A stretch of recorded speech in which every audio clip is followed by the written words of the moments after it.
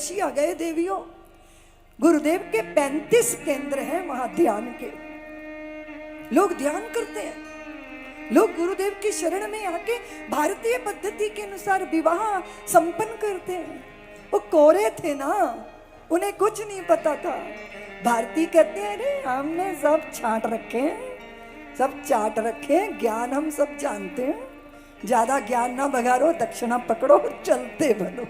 हमारी ये दशा है, सुन सुन के इतना पक गए हैं कि अब असर होता नहीं है। और जो कोरे हैं उन पर असर हो जाता है, उन्हें अनुभूतियां भी हो जाती हैं और वो सनातन की शरण में आके धन्य हो जाते हैं। पर पूज्य प्रभुपाद जी गए विदेश में, अभी श्री वृंदावन में धाम में देखिए, जितनी भी वहां पे विदेशी महिलाएं हैं वो साड़ी पहनेंगी, उनके बच्चे धोती पहनते हैं, त्रिपुंड लगाते हैं, टीका लगाते हैं।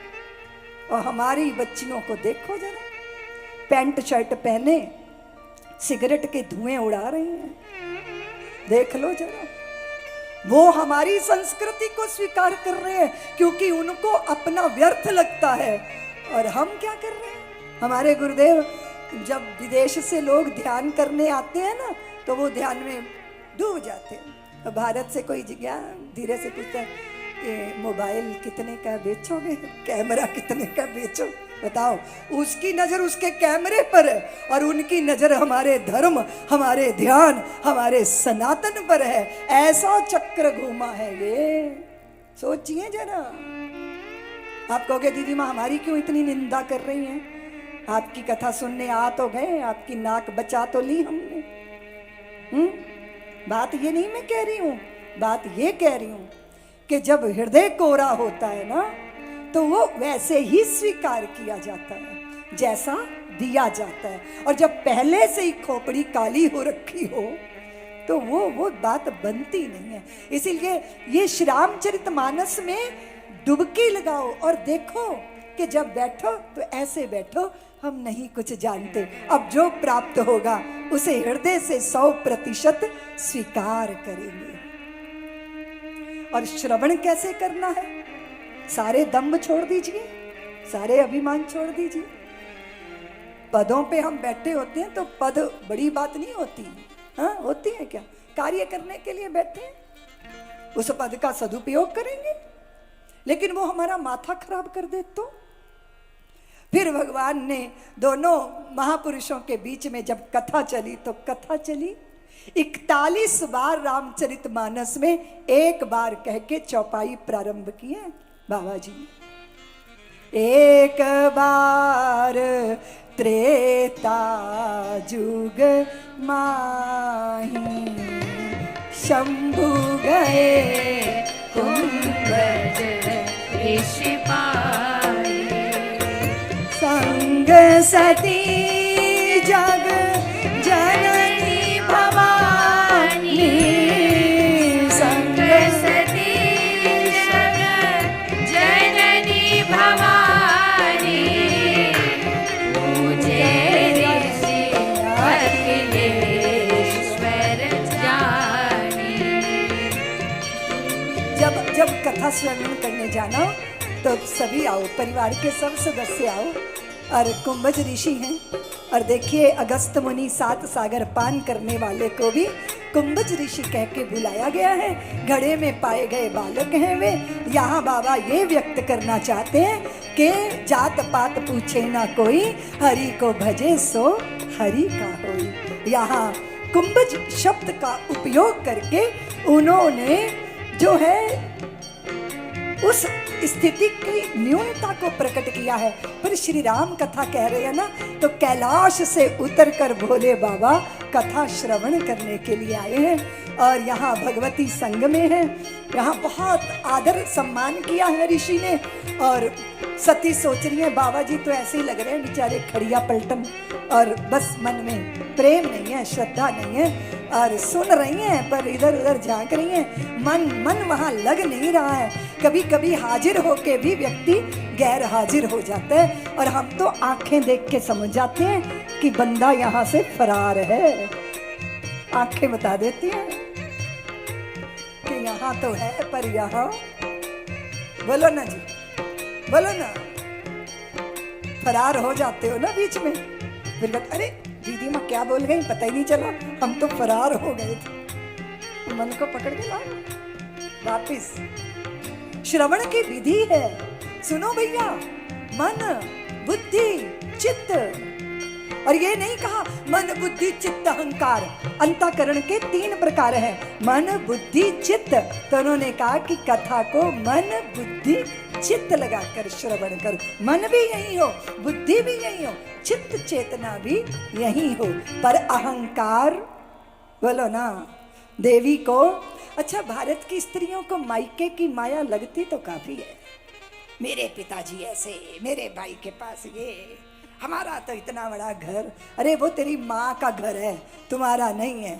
तुम्हारा यही घर है जहाँ हो। और अगर ये पर्णकुटी भी है ना, तो इसमें अपनी सादगी प्रेम स्नेह से स्वर्गीय आनंद उतार सकती हो। और अगर बड़े राजभवन में भी हो पर अहंकार के साथ हो तो सुख मिलने वाला, बोलो ना देवियों। कितना बड़ा अहंकार भैया। और सती जी देखो, दक्ष का बड़ा प्रभाव है और माता पिता का प्रभाव आता है भैया। ये माता पिता दादा दादी जो है नाक पे ही नहीं चढ़ते, चढ़ के बैठते, ये हाव भाव में भी चढ़ जाते हैं, ये वाणी में भी चढ़ जाते हैं, ये तौर तरीकों में भी प्रकट हो जाते हैं। तो अगर वो गड़बड़ हो ना तो उनका गड़बड़ मत लेना, नहीं तो गड़बड़ झाला हो जाएगा। उनका श्रेष्ठ लेना, ठीक है ना देवियों, ठीक है ना। वस्तुओं का पदार्थों का कोई महत्व नहीं है, कोई महत्व नहीं। तुम बड़ी गाड़ी में नहीं चलती हो, ये बड़ी दुख की बात नहीं है। बहुत सारे लोगों के पास तो छोटी गाड़ी भी नहीं है, बहुत सारे लोगों के पास तो मोटरसाइकिल पे चलने वालों को ये नहीं पता कि कईयों के पास तो साइकिल भी नहीं है, हैं? आपको जो मिला है वो पागल होने के लिए थोड़ी है। दिमाग खराब हो गया, क्या करके? उपलब्धियों से दिमाग खराब हो गया। अच्छा, अभी आजकल आम के पौधों को बौर आए हैं, क्यों? क्या बोलते हो आप लोग? इंदौर वाले क्या बोलते हैं?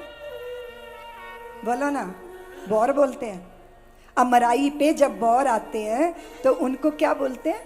बौर आ गए। उनको बौर आते तो फल लगते हैं, और हमें फल लगे हो, कुछ मिल जाए, प्राप्त हो जाए तो हम बौरा जाते हैं। उनको बौर आते हैं और हम बौरा जाते हैं। बार बार बौराने पर भी तनिक न तुम बौराए, और हम थोड़ा सा ही पा करके बार बार बौराए। तुम बौराए काम भी आए, सबके मन को भाए, हम बौरा के नष्ट हो गए किसी काम ना। लुटते और लुटाते रहते हो अनमोल खजाना, लूट रहे हम खूब जानते कौड़ी संग ना जाना। काश कभी मेरा मन भी तेरे जैसा हो जाए, अहंकार के पात पात पतझड़ बनकर जर जाए। नव पल्लव स्निग्ध भौरों को निमंत्रण देता हो, मेरा पौर पौर भौरों को निमंत्रण देता हो। सारे जन्मों के कर्मों का फल सुफल हो जाए, गर मेरा बौराना भी तेरे जैसा हो जाए। हाँ, उपलब्धियां, प्राप्तियां, बड़प्पन का अभिमान बहुत कुछ से वंचित कर देता है। सती वंचित हो गई, कथा नहीं सुनी। संशय चित्त में है, संदेह चित्त में है। भगवान ने सोचा चलो राम दर्शन करा देते हैं, तो राम दर्शन से और ज्यादा भ्रमित हो गई। साधारण सा तो है, स्त्री के लिए रो रहा है, खगों को, मृगों को, पशु पक्षियों को पूछ रहे हैं, खग मृग ये बात है क्या? साधारण कामी पुरुष की तरह। और मेरे प्रभु को देखो, उनको देख के प्रणाम कर रहे हैं, दंडवत कर रहे हैं, लोचनों से अश्रु की धारा बह रही है। भरी लोचन छवि सुंदु निहारी, कुसुमय जानना कीन चिनारी। भोले बाबा ने देखा वो लीला कर रहे हैं, उनको जाके बाधा नहीं डालनी, दूर से ही प्रणाम किया। जय सच्चिदानंद जग पावन, अस कही चले मनोज नसा। इनको क्या है, ये जिसको देखो प्रणाम करने लगते हैं, सचमुच भोले ही हैं ये। और फिर कहते हैं ये ईश्वर है, ये ईश्वर है। ऐसे रुदन करता व्याकुल खगमृगों से अपनी भार्या का पता पूछता हुआ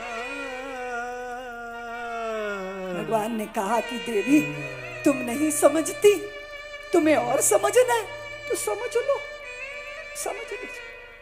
समझने गई है, परीक्षा लेने गई है, अपने आराध्य अपने परमात्मा के लिए प्रार्थना की जाती है और फिर अधीर होके प्रतीक्षा की जाती है, उनकी परीक्षा नहीं ली जाती।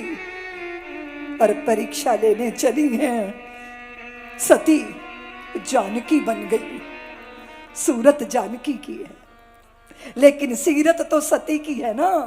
अभिमान है उसमें, दंभ है उसमें, संशय है उसमें, टटोल लेने की इच्छा है, उधेड़ देने की इच्छा है, सारे रहस्य प्रकट करने के लिए एक विचित्र सी निर्ममता है सती में।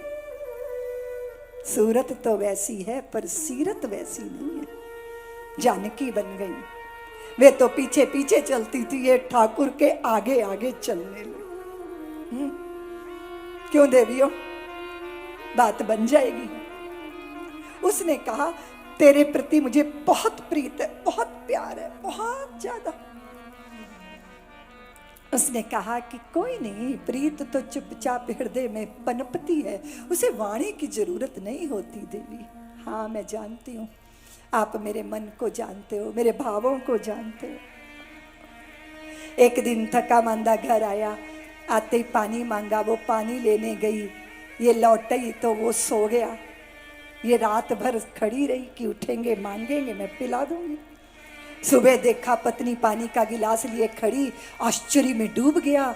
बोले अरे तू रात भर क्यों खड़ी रही? बोले आपकी प्रतीक्षा में समय कैसे बीता मुझे पता ही नहीं चला। उसने अपने मित्रों से चर्चा की, खुशबू फैल गई, सच्चाई का फूल था, सब चर्चा करने लगे।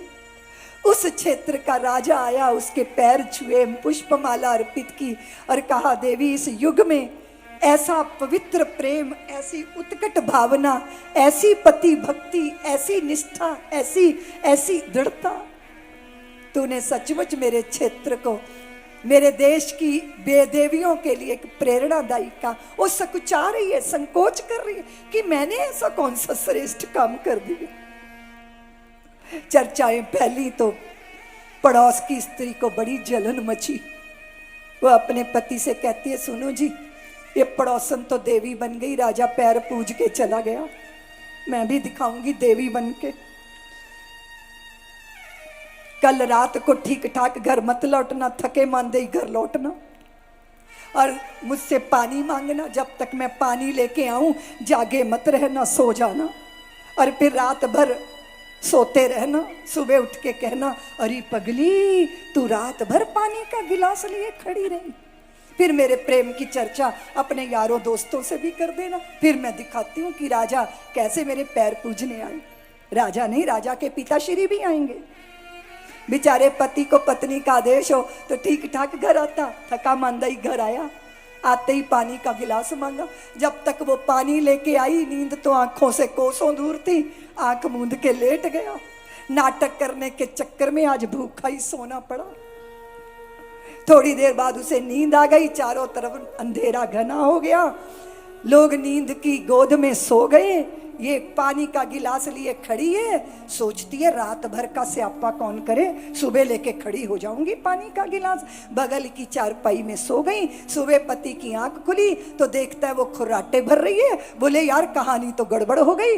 उससे भी बर्दाश्त हुआ नहीं, मारा पैर का टल्ला, वो फड़बड़ा के उठी और फौरन पानी का गिलास लिए खड़ी हो गई। और ये बेचारा टुकर टुकर देख रहा है, बोले भी तो क्या बोले, उसका पारा स्टैंडर्ड पे चढ़ गया। वो कहती है भुलक्कड़ कहीं के, मैंने कहा था ना मुझे पानी का गिलास लिए खड़ी देख के मेरी तारीफ करना। अब मेरे तेरे बीच की बात थी हो गया, पर अपने मित्रों से अपनी चर्चा जरूर कर देना। बेचारा रात भर अपनी पत्नी की सेवा परता की चर्चा करता रहा, पर चर्चा फैली नहीं। राजा देवी का खिताब देने आया नहीं और इतनी लड़ाकी थी, राजा के यहाँ पहुंच गई। कहती है तू तो पक्षपाती है, वही काम मैंने किया, तू आया ही नहीं, और वो काम मेरी पड़ोसन ने किया, तू बड़ी भूरी भूरी प्रशंसा करने। राजा मुस्कुराया, बोले देवी तू नहीं जानती कि हकीकत छिप नहीं सकती बनावट के असूलों से, और खुशबू आ नहीं सकती कभी कागज के फूलों से। वो कागज के फूल वैसी बनावट रंग रख सकते हैं, खुशबू कहां से लाएंगे? आजकल तो ऊपर से छिड़क देते हैं, लेकिन वो असली तो नहीं है ना। सूरत बदली जा सकती है, पर सीरत बदलने से बात बनती है। भेष बदला जा सकता है, पर स्वभाव बदलने से बात बनती है। स्थान बदला जा सकता है, पर आंतरिक रूपांतरण हुए बिना बात, बोलो ना भाइयों, आगे आगे जा रही है। सब्सक्राइब करें साध्वी ऋतंभरा जी के YouTube चैनल को, और हमारे वीडियोस को सबसे पहले देखने के लिए बेल आइकन को दबाना न भूलें।